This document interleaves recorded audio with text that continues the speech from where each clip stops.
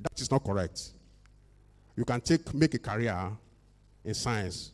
Science is the foundation of all the applied sciences, be it medicine, be it pharmacy, be it agriculture, be it food technology, even science itself. Science and engineering, they are brothers and sisters.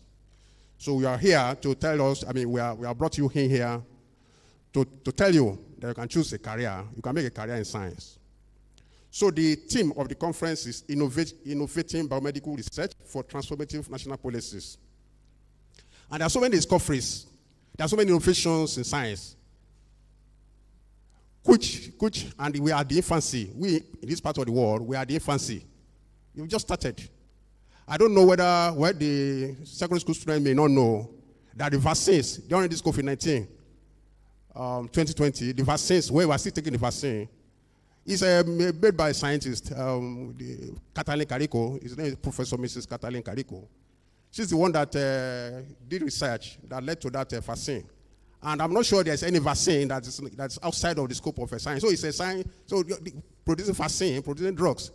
That's what we do as science. We do research that leads to this. When we get the discovery, then we sell it to pharmaceutical companies and this and that. The medicine that all of us are focusing on, that innocent minds are focusing on, is a product of science. It's applied science. Engineering is applied science. So, we have different sub-teams. Advances in molecular medicine, neuroscience, and neurotechnology. Nowadays, courses of science, we can do personalized medicine. We can tailor-make medicine for one individual. So it is possible. Innovative approaches in phytomedicine. 80%, most of the drugs, a lot of drugs that we use as tablets, are actually derivatives of plant medicine. They are derived from plants. 80% of Africans rely on these medicinal plants. And in fact, if you on social media now, you see all sorts of manners of that if you grind this and you mix it with this, you will have a concoction, you drink it, you can cure the cancer. If you mix this with this and that, you can cure diabetes. Where you can cure it and then damage some other things. So these are reasons why we have a conference of this nature to sort some things out. A lot of these things are toxic, but you can derive medicine, you can derive drugs from some of these. And we are particularly blessed in this part of the world to take that advantage. So this conference is about, saying things, good things, the positive things about some of this herbal medicine that is available from plants that we have around us. The conference is also about endocrinology. We are still going to discuss part of the sub-team, endocrinology and reproductive biology.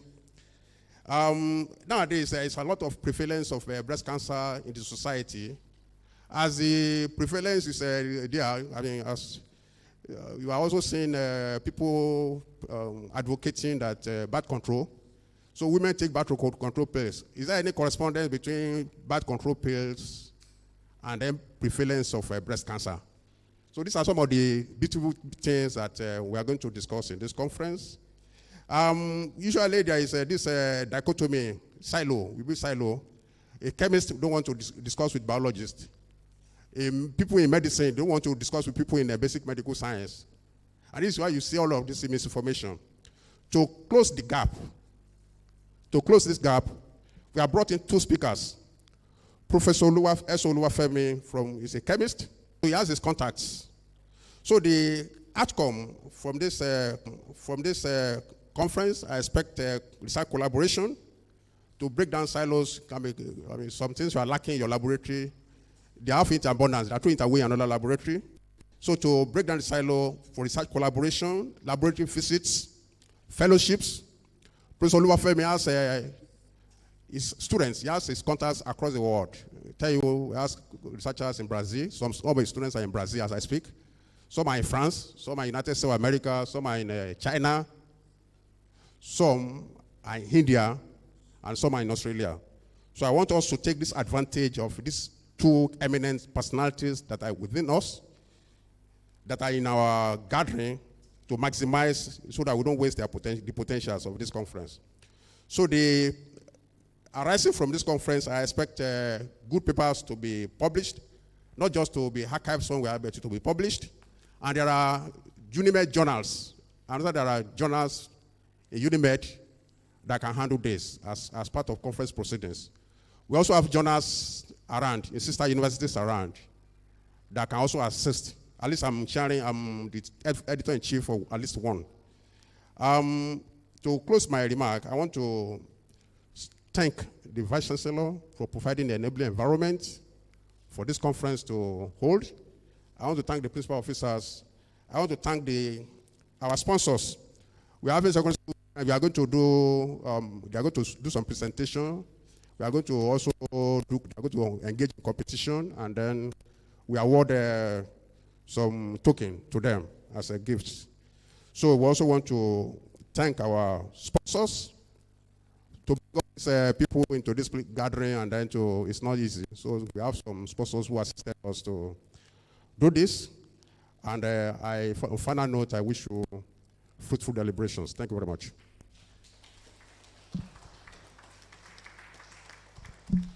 I think you can do much better than that.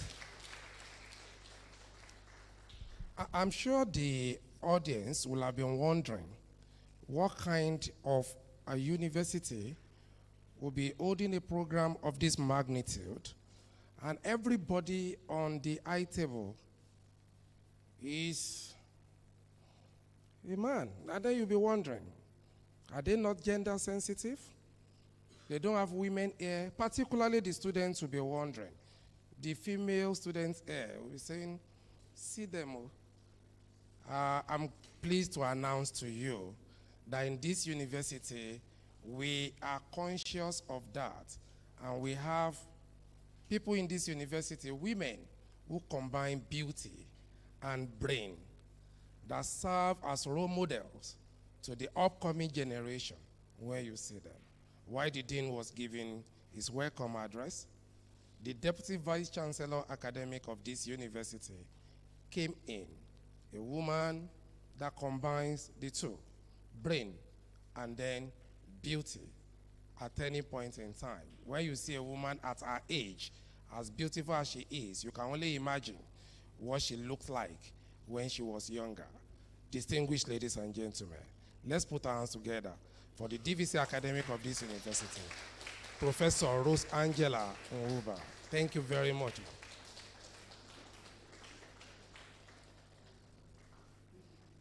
And quickly on the welcome address, you will agree with me that the dean was methodical in the way he went about delivering the welcome address, letting us know how the basic sciences are actually the bedrock of whatever we want to do.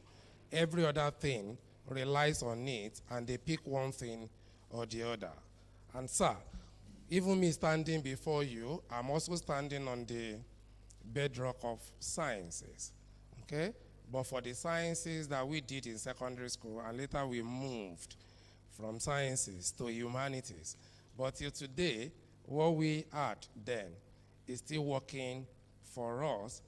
Okay, you know, they don't talk about science, technology, engineering, and mathematics alone now.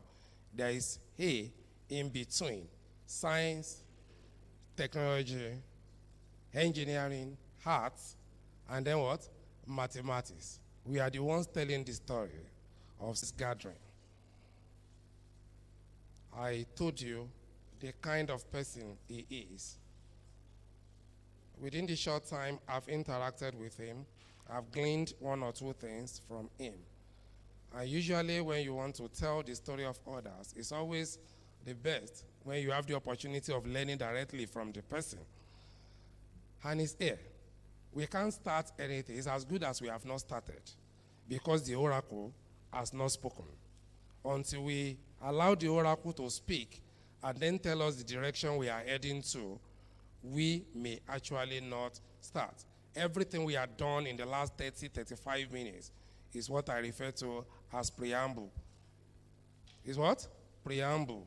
Right now, distinguished ladies and gentlemen, I want to bring to this side of the divide. Usually when I'm holding microphone, there's nobody I cannot bring to wherever I am. Afterwards, I may not be able to say, acting VC, please do this, I won't do that.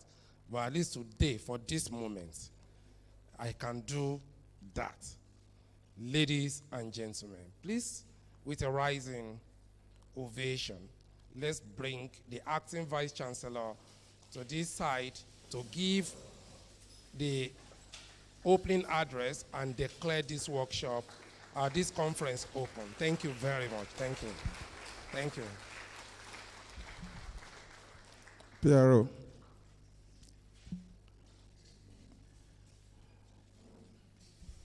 Thank you very much. God bless you. Can you have your seat, please?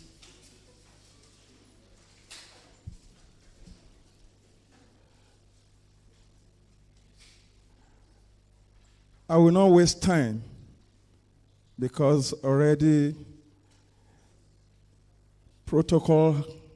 wonderful protocol has already been established, and I would like to flow. I'm not going to stand on the protocol.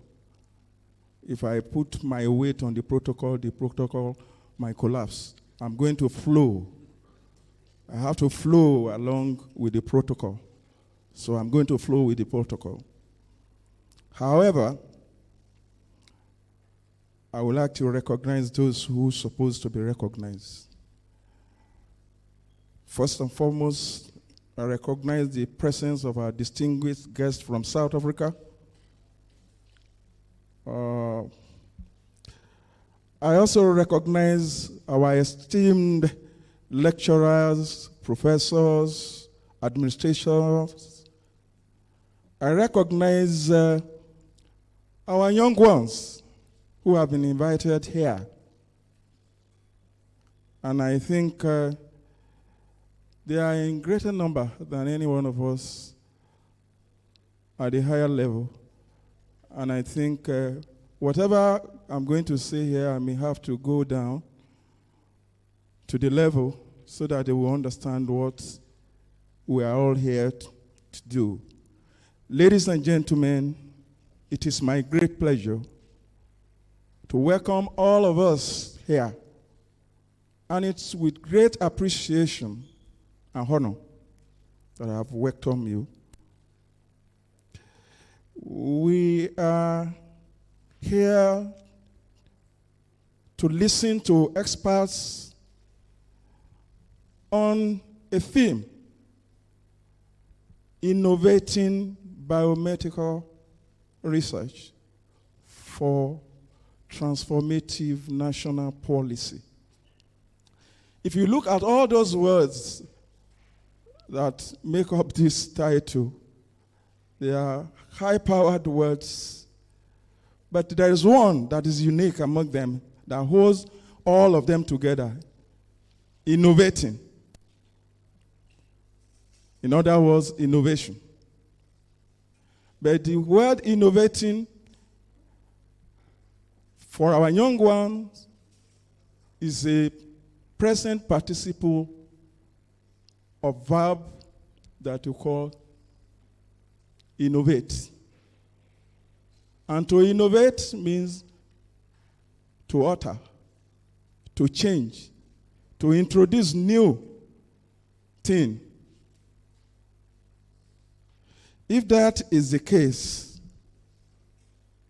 when you are talking about innovation, that is to introduce a new thing, that is we should explore new frontiers, we are talking about strategic innovation. It is not just innovation about technological development or advances or biomedical technologies, but strategic in the sense that this innovation must be able to look at whatever we are doing as an institution as well as society. So this topic cuts across three areas: science, policy, and our nation, the way we go. It lies at the intersection. It is the nexus, the focal point. So when you are talking about innovation, that it should be strategic. It means innovation in biomedical research should be able to transform all our laboratory findings into national policy. It's not something that we have to keep on our laboratory. It has to go and influence decision of government, decision of ministries. It must also be able to address the burden of diseases in our society. It must be able to translate all these findings into diagnostics. It must be able to provide vaccines for us. It must be able to help us to encourage and develop the young ones that are coming. It must be able to help us to invest in them. Because those of us who are on this side, we are stakeholders, you are stakeholders, but we are higher stakeholders, policy makers. And what we need to do is to innovate in a way that all the other ones that are coming behind will be empowered, and our society will also be involved in translating this to the common goal, because the common goal is what? Improvement of the health of our people. Because no economy can run without good health of the people. I want us to go back. In 2020, there was a global challenge of COVID. And this challenge actually exposes or did expose one simple but powerful truth, that any nation's, the strength of any nation's health depends on the products from biomedical research. And that was what the dean was talking about, that those who discovered the vaccine for COVID are scientists. And you must realize that whatever you are, whether you are a radiographer, whether you are a doctor, you are a dentist, whoever you may be in all the professions, you require the basic medical sciences. You require these foundational sciences, or else nothing will happen. You cannot be a good doctor without having a good background from the basic sciences. You cannot, because you only depend on the products from the scientists. That is the truth. You depend, but everybody wants to do medicine. Everybody wants to do dentistry. Everybody wants to go for MLS and all the rest. But I can tell you, in Japan today, the best heads go to science, because the Japanese believe that anybody can do medicine, because it's an applied science, that you apply it. It is the product from the basic sciences that you will utilize at the end of the day. The doctor is not really involved in production of vaccine. Research will produce biomedical technologies that the doctors will use. So today's discussion should not be based just only to produce paper that will be published, sir. Yes, we mentioned something about publication. It should not be only in the scientific journals. It must translate to the society, because at the end of the day, it is the society that we are looking at. And that is why the latter part of that theme says national transformative national policy. Whatever you have discovered in the basic science, you must be able to influence national policy, must be able to influence the way we carry out treatment for our patients, must be able to influence the reality of our times in terms of addressing the burden of diseases in our society. So as we reflect on all this, let us realize that for every data point that you are looking at in that research, remember that there is a story, a human story that is being told. That a woman is there who's fighting for care, prenatal care. That is, a mother is there who is crying for prenatal care. There is a child there who is fighting against malaria. There is an elderly man there, or woman, that is suffering from chronic illness. So, our biomedical research findings must not only be left on the benches in the laboratory, it must go beyond that. It must go to the community to influence the community.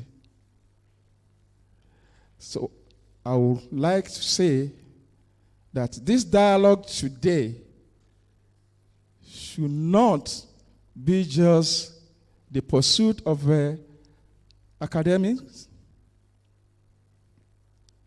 It must translate into the improvement of the lives of our people. And we must be bold enough and have that vision that at the end, we are united in purpose. And I believe by the time the discussion will be going on in different sub-teams, many of us will be able to get illumination, particularly our young ones, so that they will know the direction to go. On this note, I would like to say that this conference should be a testimony to all the other things that this university has been doing. And I like to say that all of you are welcome, and it is my honor to declare this conference open. Thank you. Of whatever we have done. Thank you very much. Distinguished ladies and gentlemen, on the note of the conference being declared open by the acting Vice Chancellor, we have come to the end of this opening ceremony. And may I please crave our indulgence to stand as we close it formally with the Unimed anthem, after which we'll take photographs outside and then we'll reconvene for the technical sessions. Thank you very much. Please. Unimed.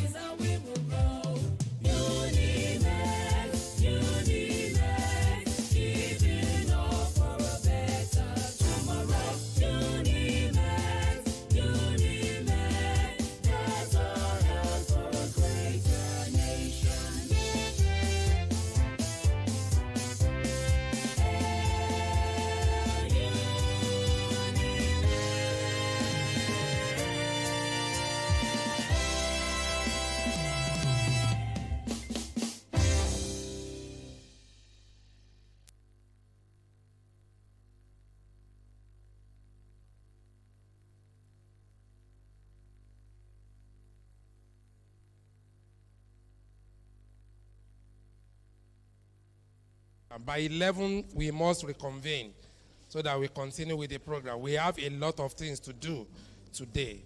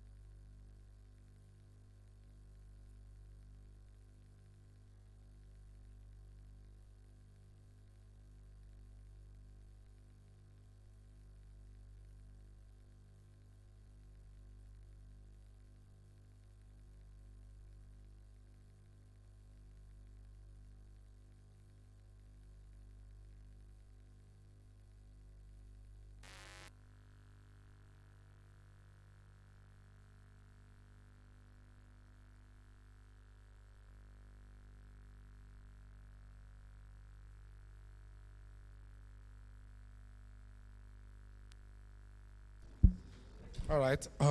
Welcome back from the short break. This session is supposed to start by 11:05.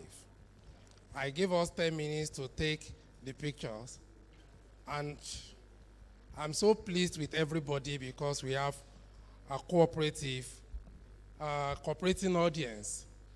You will do something for me now while I bring the speaker, because you deserve to be given a gift for doing it within the stipulated time. Interestingly, you are the one that will give yourself the gift.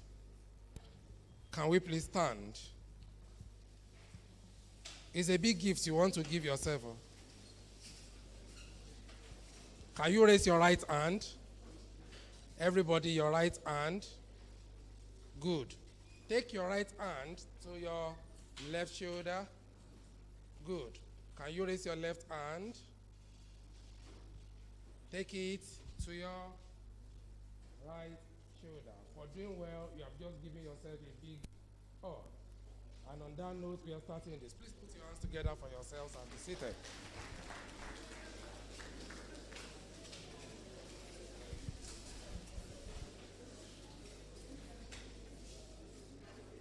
Ladies and gentlemen, we are going to the plenary lecture 1, and I want to respectfully call on our speaker for this session to please come towards this side and stand while I read his citation very quickly.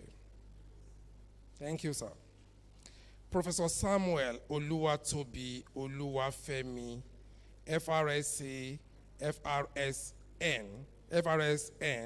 is a full professor at the Department of Chemical Sciences at the Faculty of Science, University of Johannesburg, South Africa, and a National Research Foundation, South Africa rated researcher.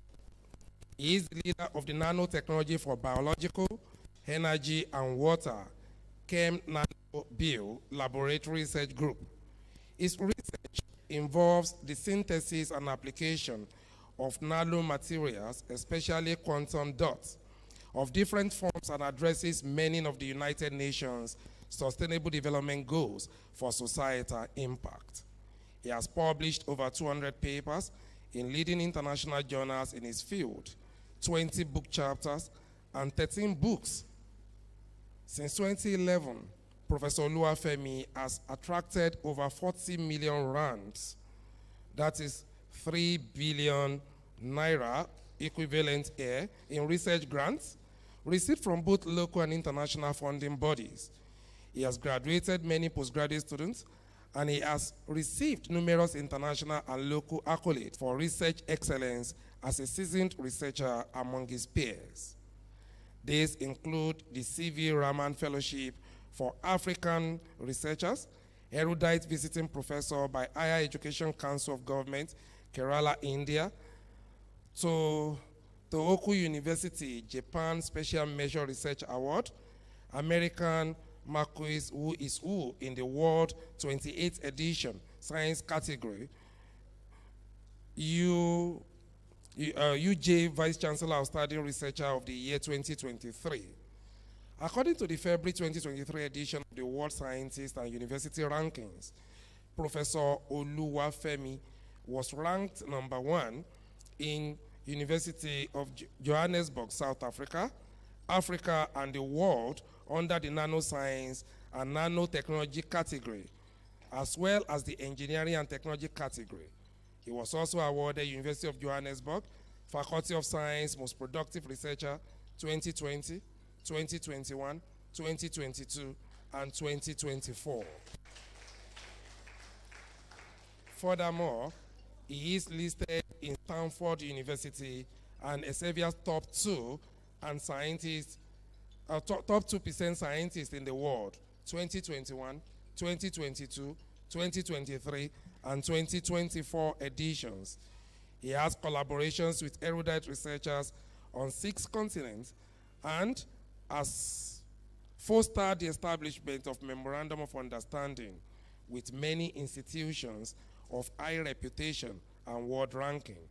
He is a member of several reputable professional bodies and serves as a reviewer for internationally recognized journals with high impact factors.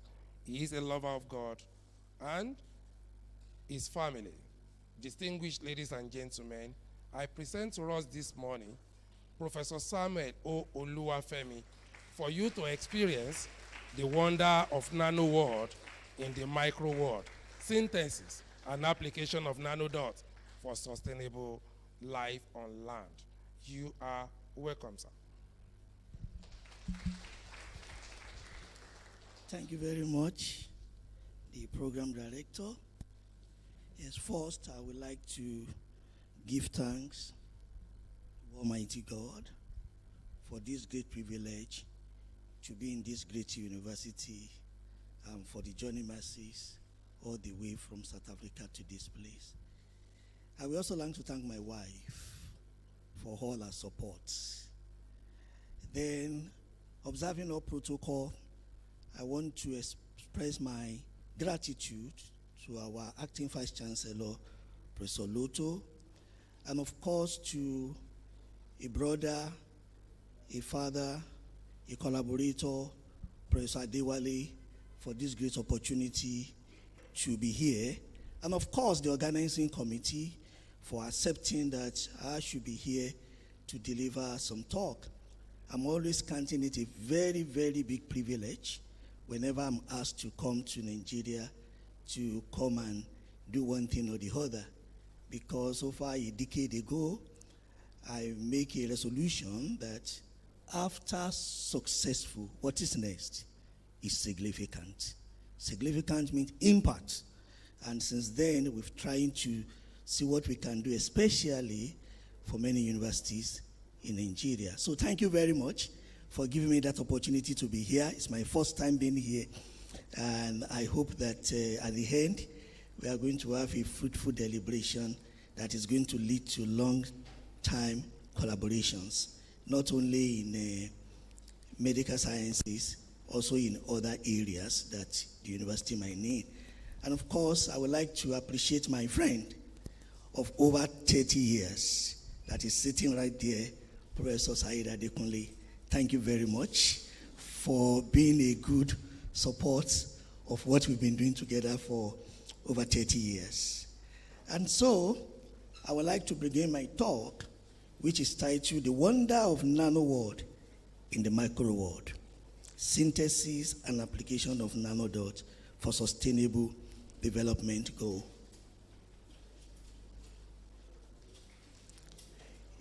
You can see we have two maps here. The first map is where I am presently. I'm not sure whether the audience can see the slide.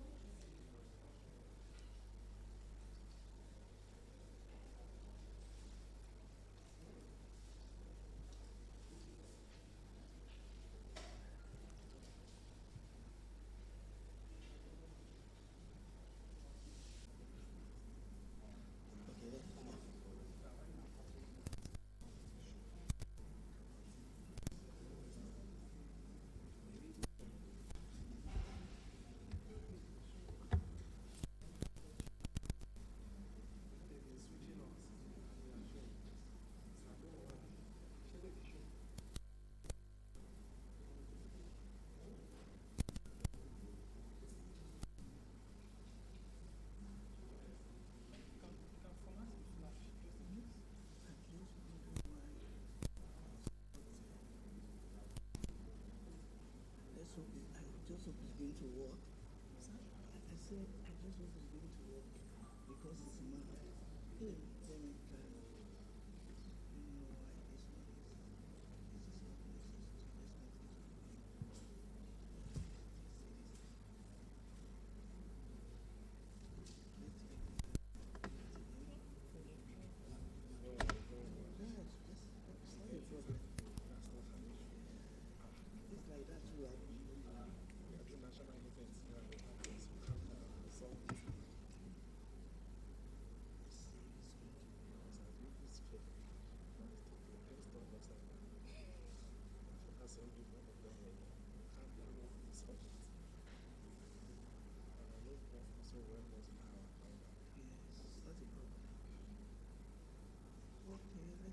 going to open because this is Mac.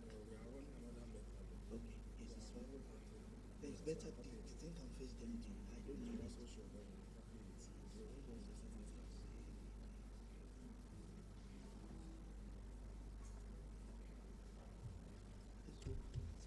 What's the name, sir? There are only two things there. There is a PowerPoint there, that's it. I think I can go back. Right? I can go back.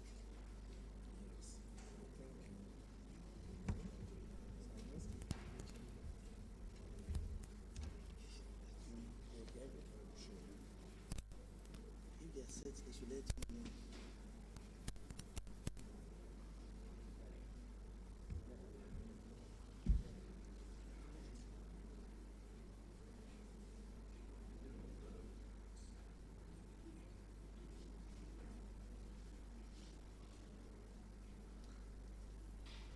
Is it showing?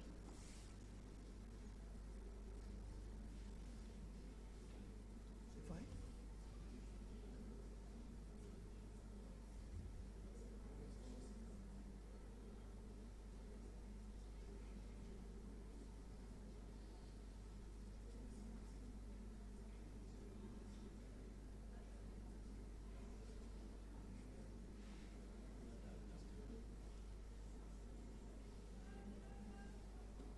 Is it showing there?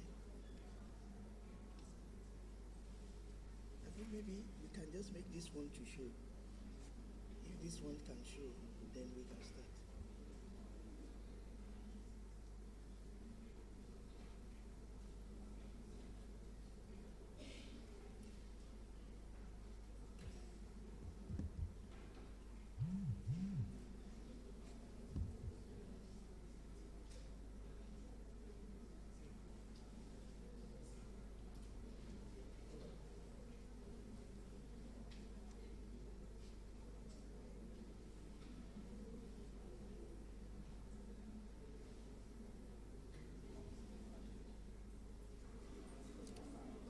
It's fine.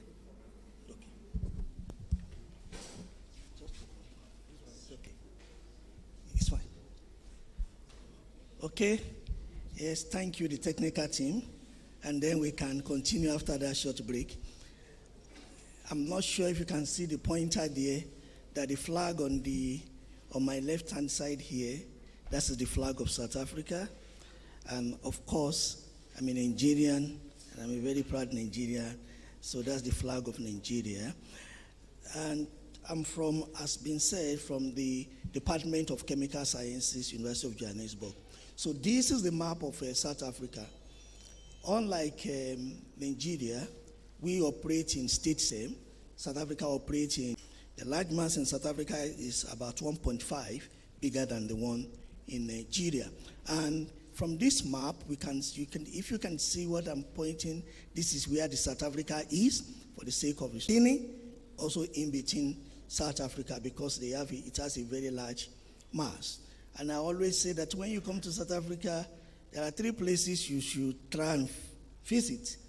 If you are coming for tourism, you must visit Johannesburg, which is where the money is being made. You must visit Cape Town, which is the leisure place, and you must visit Durban, which has a very nice weather. For people, these are some of the things. Okay. So for people who like sports like me, in 2010, South Africa hosted the 2010 World Cup, and this was the stadium that was built. That stadium is in Johannesburg. And also, for those who like sports, we know that South Africa is the only country that has won Rugby World Cup 4 times. And this is some of the pictures taken last year when we won the cup. And this is where I am, the one in the middle, the city of Johannesburg. And I'm going to talk about this tower. And the largest residential building, the 4th in Africa, is also located in Johannesburg. It consists of 57-story building.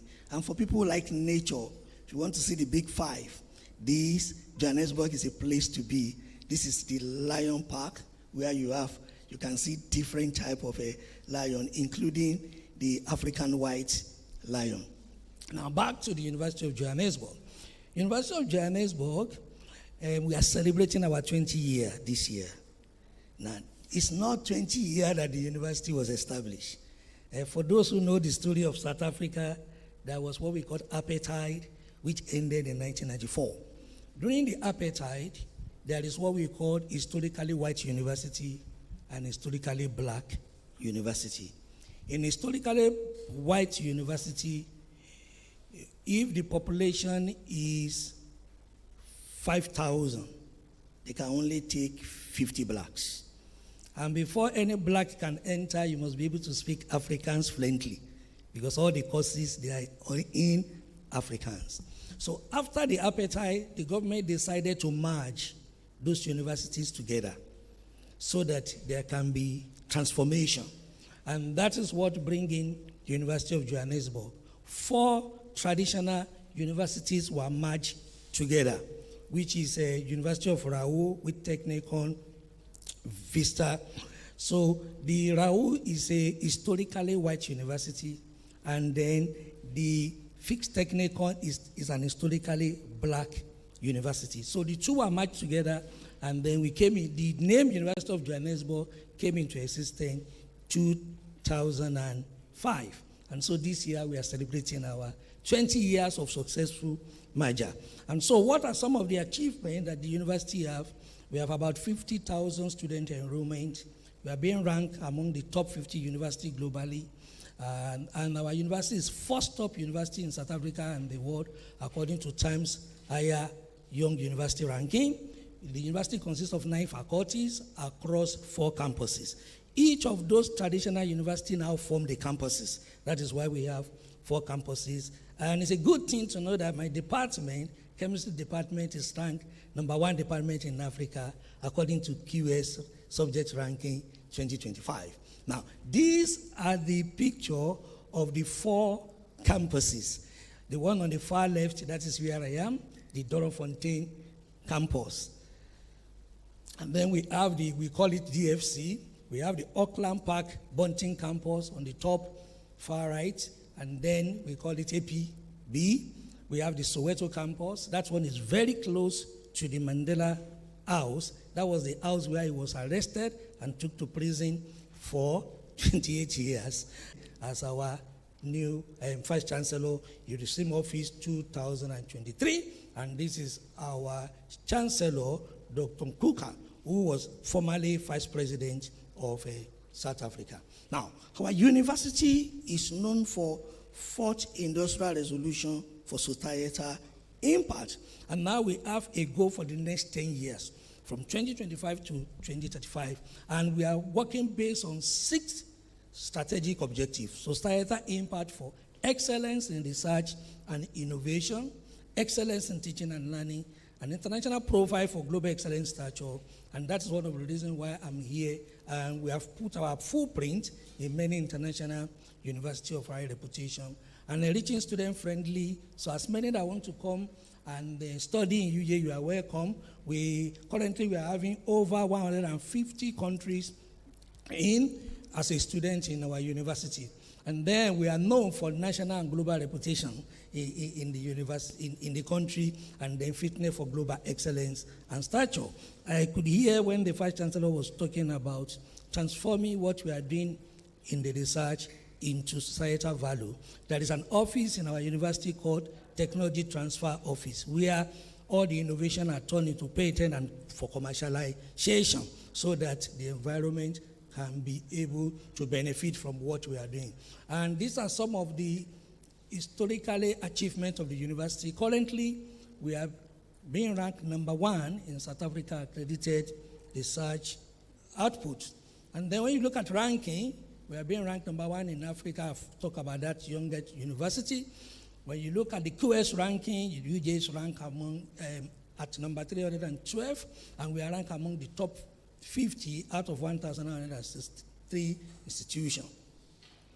Still talking about ranking, we are also ranked #1 for the most productive scholar nationally, and then we are ranked #3 in the World United Nations Sustainable Development Goal #1, which is solving the problem of poverty.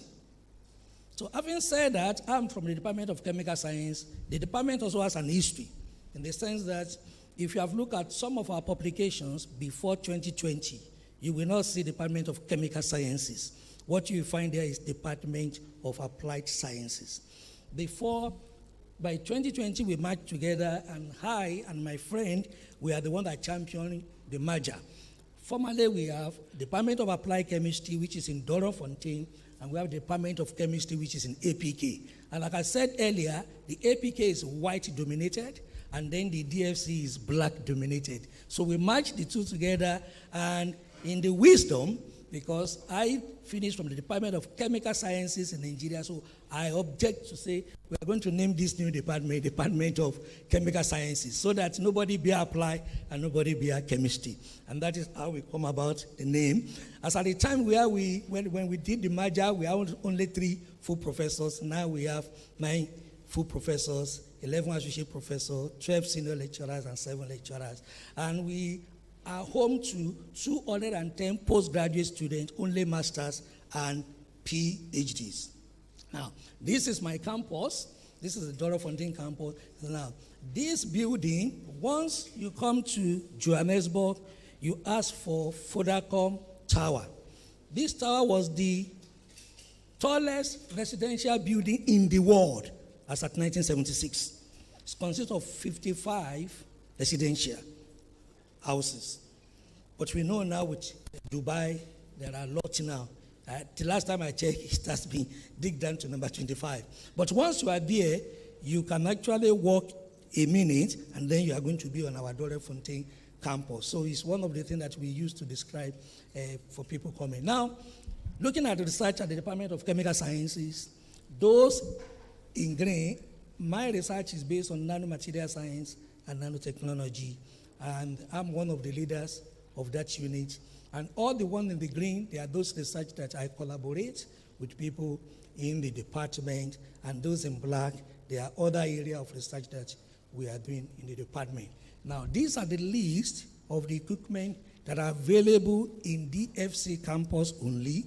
And those in green, those are the equipment that are available. And one of them that when people come, we'd love them to see is the state-of-the-art SRD machine, and then the high-resolution TEM that when you come, I can take you there, where we do a lot of analysis that I'm going to show us as time goes on. Now, go back to my own research group as I'm ending the introductory aspect. We named the research group Chem NanoBio, but we have gone past the bio. The Chem NanoBio is nanotechnology, as has been read, for biological application, energy application, and water. That was the stage we are when we started it. And then somebody said we should call it, one of my postdocs said, let's call it NanoWeb. I said, no, I don't. NanoWeb, somebody has already taken that thing. So let's call it NanoBio. And then now we have extended from 3 to 6 now. We are looking at impact in agriculture, transportation, and security. And all the pictures you are seeing here on the board, they are all made in our lab. And those are the things that has been done in our lab over the past 20 years. And when the United Nations Development Goal came in 2015, we discovered that we are actively involved in 13 out of 17 sustainable development goals. And for the sake of today's presentation, I'm just going to talk about how these materials benefit 3 areas, which are number 1, they said in Nigeria, earth is wet. There is nothing you can do when your earth deteriorates, no matter how much money you have. And that is why it's one of our primary work, to see how can we solve some of the earth problems that we have. Especially, we work majorly on cancer, and then to the glory of God, we have made a lot of tremendous progress. And currently, one of our material is already in the last stage on clinical trial, working with the researchers in Japan. For the past 12 years, the 2 government has been funding that research. And now, I was there in February, and I believe that in the next 2 years, we are going to hear a breakthrough that we've been able to find solution. We start with neck cancer, and then we are also looking at the brain cancer. But we are also working on another area which I'm going to show as the in the course of this presentation. So what do we use the nanodots to do here? We use it for two major things. For imaging, that is to diagnose, and then for cure, which is therapeutic. And of course, they said an hungry man is an angry man. So that if you don't eat good food, you are not going to be healthy. So that is why food is another major aspect of our research. And on the right-hand side, which is on your left-hand side, these are the bacteria effects on some of the food products that we are consuming. But when we apply the nanomaterial, we could see what could have happened. One of the major breakthroughs, look at this sweet yam. We could say that the one on the left-hand side, that is when you don't use the nanomaterial to produce this yam. But when you do, you will be able to destroy the bacteria that is causing the problem, and then the material can be able to go bigger. And of course, we said also water is life. So I'm going to be looking at those three in this presentation. So what we also do is we apply this nanomaterial, unlike Nigeria, where we don't have scarcity of water. What we have is economic scarcity, and I'm going to show us according. But in South Africa, we don't even have water. So we have physical scarcity of water because most of our water, they are salty water. So what we are trying to do is how can we purify this water and make them consumable also as a result of industrial pollution. And I'm also going to touch on that within the limited time that I have. So therefore, the outline of this talk will be just to introduce you to what is nanomaterial.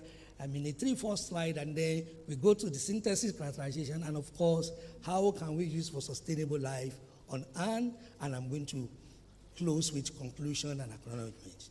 So what are nanomaterial? There are several definitions for nanomaterial, but the most acceptable one over 20 years ago is that they are a class of material that have at least one of their dimensions less than 100 nanometer.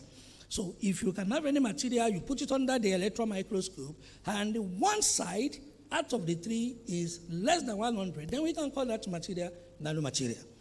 And then, why are they very important? Because when you compare them to the bulk material, that is the material that's not having any side having nanomaterial, they possess unique optical, chemical, magnetic properties because of just two major reasons.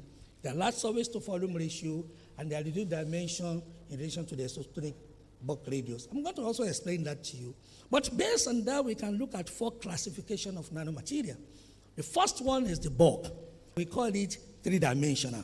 That is, there is no confinement in any direction. For the sake of the secondary school, confinement means reduction. There is no reduction in any of that dimension. But then we can have confinement in one direction, in which the electron is not moving at that particular side. And then we refer to it as thin film or platelet. Now we move again when we have what is called one-dimensional. That means there is a confinement in 2 dimensions. And then we refer to them as nanowire, nanorod. And then finally, which is the one that is most common, we call them when there is confinement in all the 3 directions.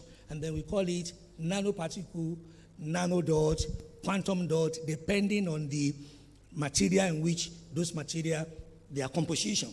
And when one look at literature, one can find different names: nanoparticle, quantum dot, nanocrystal, nanotree, nanowire, nanobet. The good thing about this material is that once you look into the microscope and you see something that looks like this, I can call it nanoflower. And that is the nomenclature that we give. So that's why you can find that in the literature they have a lot of names depending on the architecture. And then they have been used for different type of applications, from textiles to biomedical to food to environment to electronics. And some of these things is what we do in my lab. And then that's the end of the introduction. I just want quickly to go to the synthesis and then how do we characterize this material and then start looking at the application. Very quickly, if we look at the quantum dot, they are semiconductor nanomaterial. Until 10 years ago, with the advent of carbon dots. And that changed the definition entirely. And then we say it's not only semiconductor, any carbon material that have its size less between 0 and 10 nanometer, then you can refer to it as a quantum dot. So why are we interested in them? Because compare them to organic dye, because the purpose first is we want to use them for earth application. They possess excellent property, which is size-dependent emission wavelength, broad absorption spectrum, narrow and symmetrical emission spectrum, good photo and chemical stability. I'm going to explain all of them as I'm going through each slide so that we know what I mean by size-dependent and so on.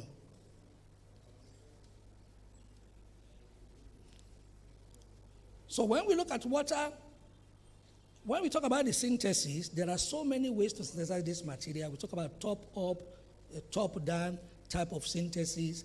And then, out of these, we have come up to say the best one is wet chemical synthesis, whereby it can be water phase, in which the material turn from is fairly dispersible in water. Then you move to the organic phase, which is dispersible in organic solvent. And finally, you can have a two-phase, which is two-phase means the material is water dispersible, you convert it to organic. But we know for the biological application, what we want is the water phase, because it's very simple, the material will be cost-effective. This is when there was an advent of what we refer to as green chemistry in 2007. Then in the field of nanomaterial, we start looking at 12 principles of green chemistry. And one of them is that you want to have something that is less toxic, environmentally friendly, something that is biocompatible, and then using water. And based on this work that started 1991, the first great synthesis of quantum dots was published in 1993, and by 2023, 2 years ago, the Nobel laureate in chemistry was given to Professor Bewendi in MIT, who was a postdoctoral fellow in Professor Bruce on the discovery of quantum dots. So we are really dealing with something. So now we've done so many work on this material, especially on the selenide and on the sulfur. But the one that really catch much attention that have been very useful is the telluride-based quantum dots. Why? Since the application was supposed to be based on biological, we discovered that the best material is produced in the organic solvent. And the moment you turn it to be into water soluble through various methods, you lose the potency of the original material. So scientists have been looking for how can we solve this problem. And then to discover that if you turn to telluride, the water soluble cadmium telluride then can give you the same property as that of the organic synthesized material. And it's very simple to do, because when we started this work about 20 years ago, what I have in mind is, can this work be done in Nigeria? With all the factor of no electricity, no good equipment. And that is why we venture into something that actually we go to secondary school, even primary school, for them to do this synthesis now. So it's very simple to do once you have the material. And then the major challenge then was the sensitivity of the tellurium precursor, because for those in chemistry, hydrogen telluride is very toxic. So you need to pass it through the gas. So how do you call hydrogen telluride? That one is not toxic, environmentally friendly, but it's not stable.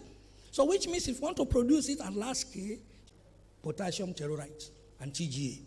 And they concluded, after their successful synthesis, that they were unable to produce a material that will flourish in the red region. It took them 13 hours to do. So at that particular time, I have a master student, and then the moment the paper was published, I said, we can solve this problem based on my biochemistry background. That okay, if the challenge is this guy used TGA, why shouldn't we use glutathione? We know glutathione is a tripeptide. It has cysteine, it has glycine, it has glutamate. And lo and behold, of course, with divine inspiration, we got the breakthrough.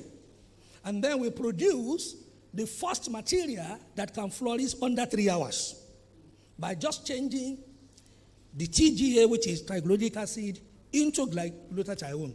And these are the characterization that we do. When I say size-dependent that I talk about means that as you are moving, the size of the material is changing.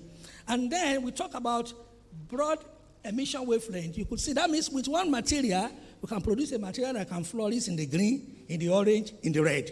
And what we need to carry out the biological application in the body is the one functioning in the red. And these are the characterization using the microscope, which shows that the material is less than 5 nanometer. They are 3 nanometer. Nobody can see them with the naked eyes. And then, having that breakthrough, we ask ourselves, what else can we do? Because 3 hours is a little bit too much. Can we produce this within 1 hour? And then we try to look at what is called band engineering by just changing the pH. And then what we discovered that at pH 12, we can actually produce red from 5 minutes and produce the red. And we're very happy, but we also need to test the stability, and that is why our happiness got short. We discovered after 32 days, the material is not fluorescing anymore. But based on our understanding, we work on the material, we produce what we call core shell, and then we're able to produce a material that is stable. And then nothing happened to it for 9 months. Then we took it to our collaborator in Japan to say, this material is very good. Can you test it? Is it toxic? And then we are very excited when we get the results. And then we see that, oh, this material is, if you prepare it at 7 hours, I'm just rushing because of time, you can produce a material that is very useful. But when we look at it in the microscope, we were very sad. Everything was toxic. So what else do we need to do? We work on the material again. So we produce what is called multi-core shell. Now we bring in zinc selenide. These are based on what we have been doing before, and then we attach it to an amino acid called agilin.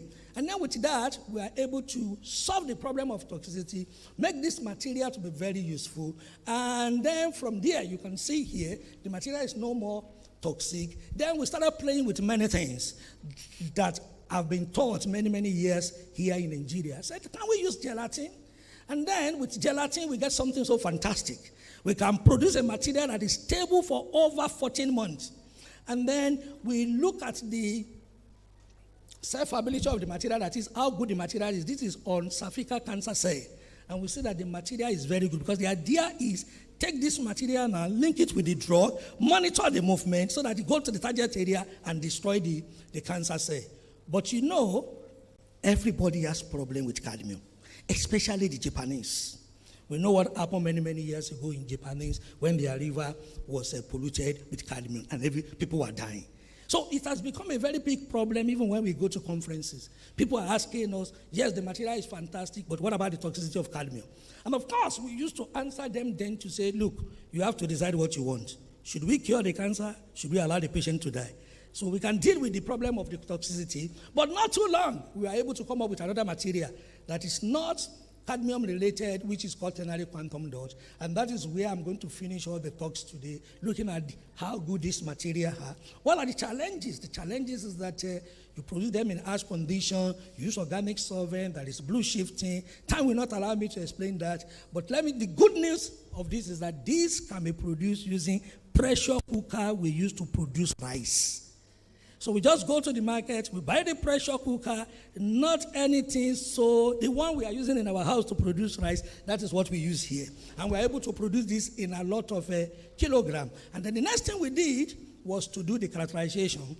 After looking at different variation on this, and this is when we look at a silver indium, a sulfide, zinc sulfide, and then we tested this on cervical, lung cancer, normal kidney. We saw that the material doesn't have a problem. Of course, there is a problem that nobody was able to solve, which is producing zinc indium sulfide quantum dot. People are producing template. So there was a student who came from Swaziland, said, oh, he wants to work with me. I said, oh, we are going to solve this problem together. And then, to the glory of God, we solved the problem, and then we be the first group that produced this material, and we tested it also on both the normal cell and then the cervical cancer cell, and then we were able to solve the problem. These are just some of the other work that we did based on that work, and then looking at the folic acid, which is one of the things that's been expressed over in the cancer.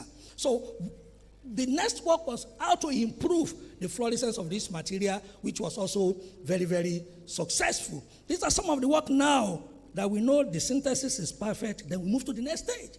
How can we attach it to the drug? So the first thing we do is to produce a mesoporous material whereby the quantum dot can link to it and it can be released little by little into the cell. And this is what shows that the material is very successful, and then it was not even toxic when it was there Please permit me because I'm just looking at my time. And then the next thing we're now doing, that we have this quantum dot with the metal ion. Can we also produce the same material with carbon? Because now, with our knowledge, we want to destroy the cancer by two methods: photodynamic therapy and photothermal therapy. Photothermal therapy is all about applying heat. Once the heat is over 42 degrees Celsius inside the body, the cancer cell can be destroyed. So we are looking for what material can do that, and the best material is carbon.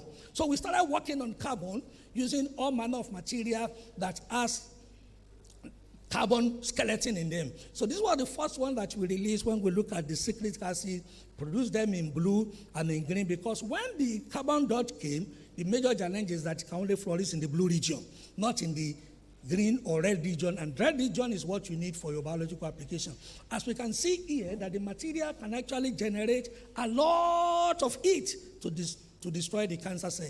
So let me quickly end by looking at what are the applications of this material that we have produced. The first one is we are looking at the water. Like I've said, if you look at this map, you will see that those on orange there, we refer to them as economic water scarcity. And we can see where the map of Nigeria is. So our own problem is not physical scarcity. But if you look at this map here, you will see that in South Africa, we have physical water scarcity. So we are trying to solve the problem because the world, 97% of our water is salt water. And then 2% is considered by us. So every water we are drinking is just 1%. So how do we solve this problem? So one of the problems that we started with, okay, let's look at industrial problem. Because we know most of our water has been destroyed by industrial activity like textile. So we first of all said, let's try and see whether we can remove this dye, degrade them from our water. And this work has actually, now we are commercializing this work. It's very easy. We can just quickly, instantly, you can see within a minute, if a water is being polluted with this particular dye called methylene blue, and we apply the material, within a minute, there will be a coagulation with the chemistry I can explain later, and then the water becomes clean. So then the next thing was that I received a call from one of the editors to say, they like the work we did, can we do something? Because what homogeneous catalyst? And then with that also, we were able to do that one. But this is the one that I'm actually this is one of our latest work, because from that work now, we start looking at societal impact. We go into the river to go and see if we can be able to solve the problem of any river that has already been contaminated with this dye. And then if you can look at this is the another material that we prepared, and we can see that it's very easy to clear the methylene blue, but the rhodamine is very stubborn. So by the time we dope the material, we discover that we improve the property of the material. So then what we now did was to increase the amount of the material, and then the water becomes so clean. So the student is going to take it out now.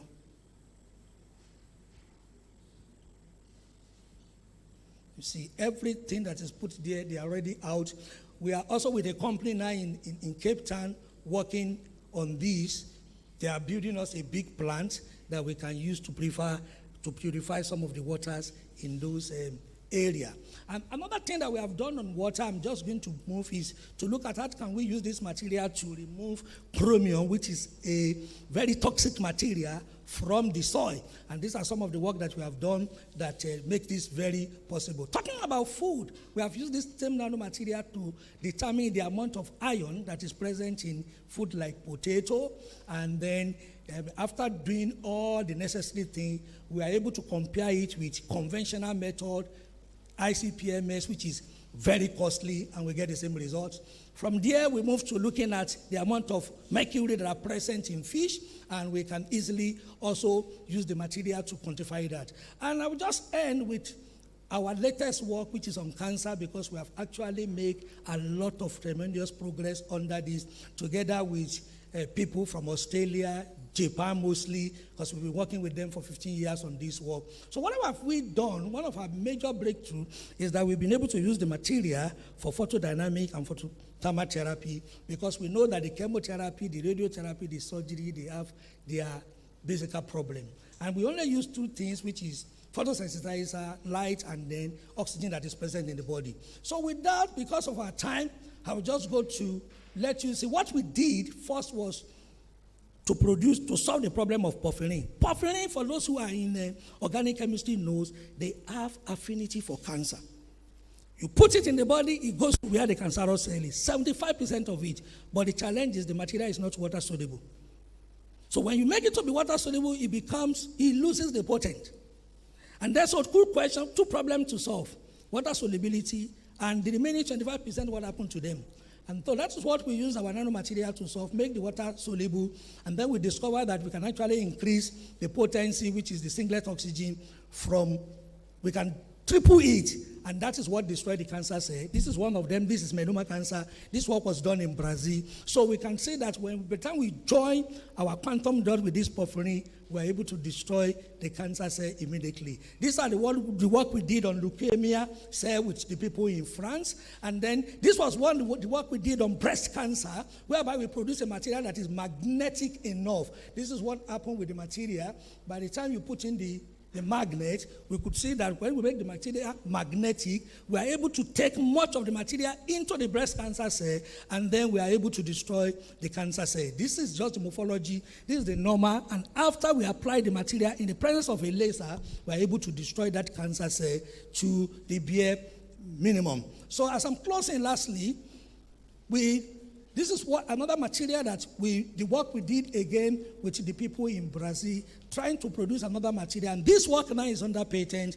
We have now moving now from skin now. We are working on both brain tumor and we are looking at breast cancer because the material is very potent. It is this work that we are also led us to work with the Cancer Institute in Nancy in France. They're actually applying, we just signed an agreement, I came back from France on Monday, that this material will be tested directly on human beings that are on their first stage of cancer to see how this can be potent. And this is just what we did to also discover in the process that this material can also destroy bacteria. And we know the problem that the antibiotics is causing because the bacteria are already becoming so resistant to these bacteria.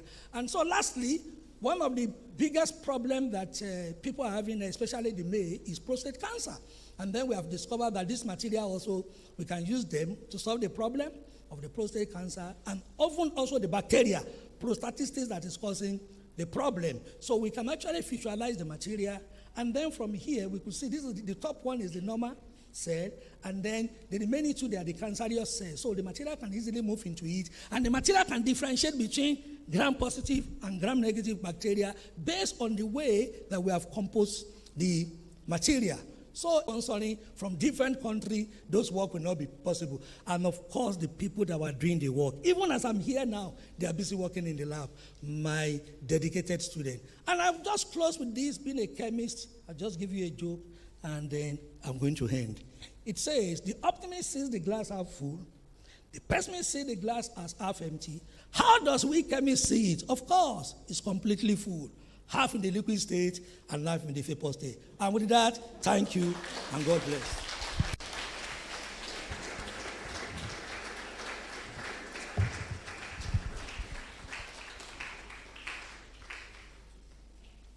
All right, thank you very much. I actually allowed you to do your clapping, and you did it very well. Please, once again, let's appreciate Prof.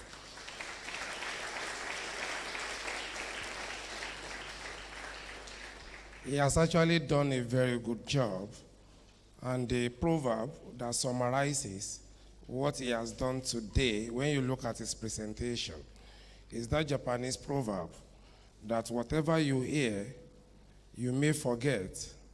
Whatever you see, you remember. What you do, you actually know. And then you'll be wondering, we didn't really do anything. You did. I particularly love the fact that when he got to the application, where he showed a short video, the hand coming, picking a particular substance, it's like somebody connecting with the audience. Even though I'm still going to find Prof before he leaves, when he started, his focus was more on Joburg, okay, and he was telling us about their school. And we have students here that we want to catch. so that they come to Unimed. For him to have done adverts without paying, we will find him for that because he's one of us. Okay, but that's excellently done, and it's in line with what we are here to do. That it is not just the research alone, but the application of it to the society. And he said something towards the end that Nano Dot is to make this world a better place for all of us to really do well. Again, please let's put our hands together for him. Quickly, I want to do some sort of housekeeping. Okay, right now we are supposed to be having the secondary school students, but we want you to have your time to yourself and also go back to your respective schools as we have promised. Therefore, we'll do some realignment here and there, sir.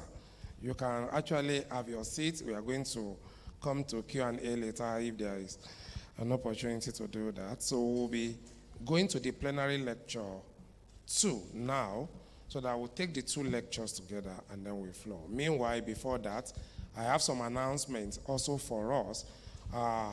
For the poster presentation, people who have not displayed their posters and they have them here, please, you have to do that during a short break that we are going to have at the back here. And for people with oral presentations, please submit your presentation also before the period to Dr. Raphael. Dr. Raphael, where are you? Please, can you stand and wave? Let them see you. They can't see you where you are. Please let them see you. Please submit your presentations to Dr. Raphael. Okay. With that, distinguished ladies and gentlemen, I want to bring to this side of the divide Dr. Unimed, the chairperson of the local organizing committee, to introduce to us our next speaker. Please, a round of applause for him.